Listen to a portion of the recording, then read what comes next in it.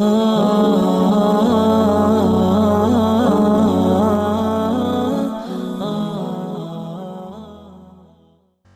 و نصلی علی رسولہ الکریم۔ ایک ساتھی نے سوال کیا تھا کہ اذان کے الفاظ اگر آگے پیچھے ہو جائے یا اس میں سے کوئی کلمہ چھوٹ جائے تو پھر اذان کا کیا حکم ہے؟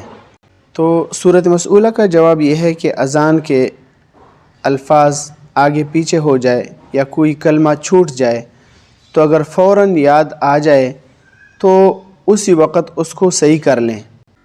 جہاں سے غلطی ہوئی ہے اسی کو صحیح کر کے پڑھ لیں۔ شروع سے پوری اذان کو دہرانا ضروری نہیں ہے، اور اگر کچھ وقت کے بعد یاد آ جائے اور نماز میں کچھ وقت باقی ہو تو پھر اذان کو دہرا لیں، یعنی اذان کا اعادہ کر لیں۔